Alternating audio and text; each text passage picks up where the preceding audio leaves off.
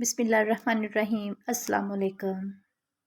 آج سے تقریباً 2000 سال پہلے ملک روم کے شہر افسوس میں ایک ظالم بادشاہ دقیانوس کی حکومت تھی۔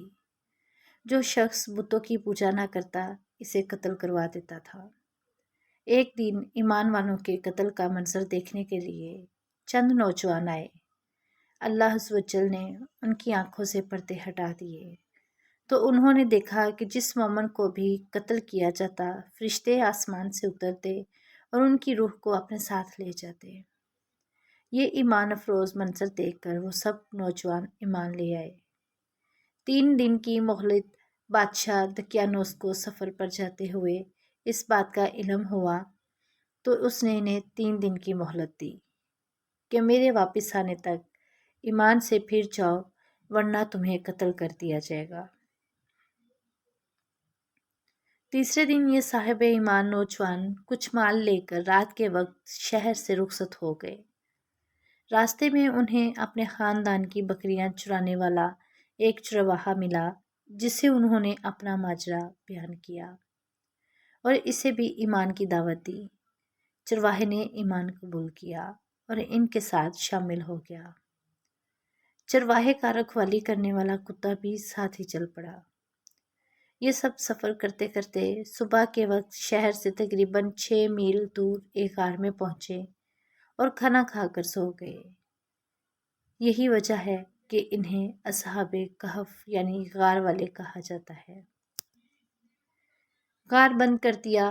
بادشاہ دقیانوس کو سفر سے واپسی پر اصحاب کہف کے غار میں پناہ لینے کا پتہ چلا تو اس نے غار کے منہ پر دیوار بنوا دی تاکہ وہ بھوک اور پیاس کی وجہ سے یہیں انتقال کر جائے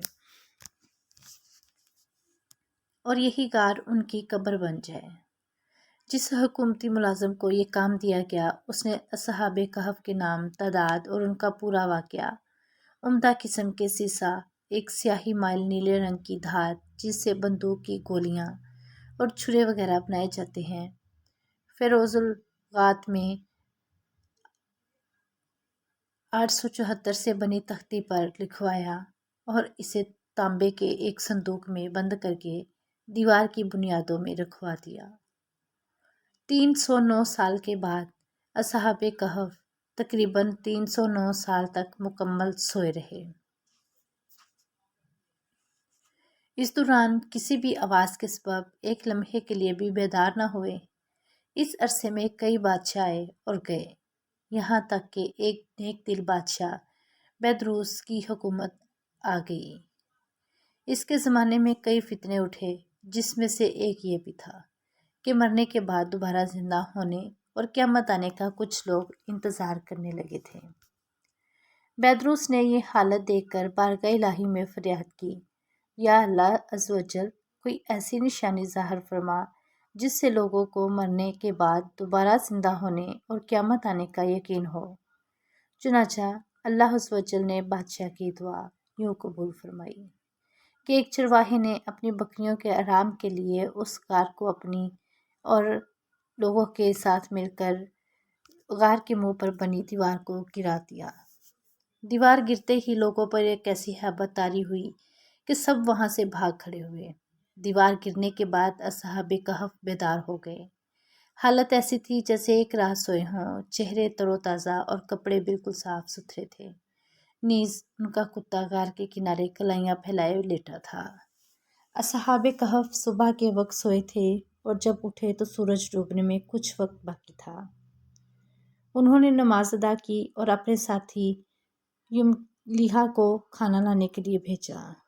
یملیحا ایک تندور والے کی دکان پر گئے اور کھانا خریدنے کے لیے دقیانوسی دور کا سکہ دیا۔ صدیوں پرانا سکہ دیکھ کر بازار والے سمجھے کہ ان کے ہاتھ کوئی پرانا خزانہ آ گیا ہے اور یملیحا کو حاکم کے پاس لے گئے۔ اس سے پوچھا، خزانہ کہاں ہے؟ یملیحا بولے، یہ خزانہ نہیں، ہمارا اپنا پیسہ ہے۔ حاکم کہنے لگا، یہ کیسے ممکن ہے؟ یہ سکہ 300 سال پرانا ہے، ہم نے تو کبھی یہ سکہ نہیں دیکھا۔ یملیحا بولے، دقیانوس بادشاہ کا کیا حال ہے؟ حاکم بولا، آج کل اس نام کا کوئی بادشاہ نہیں ہے،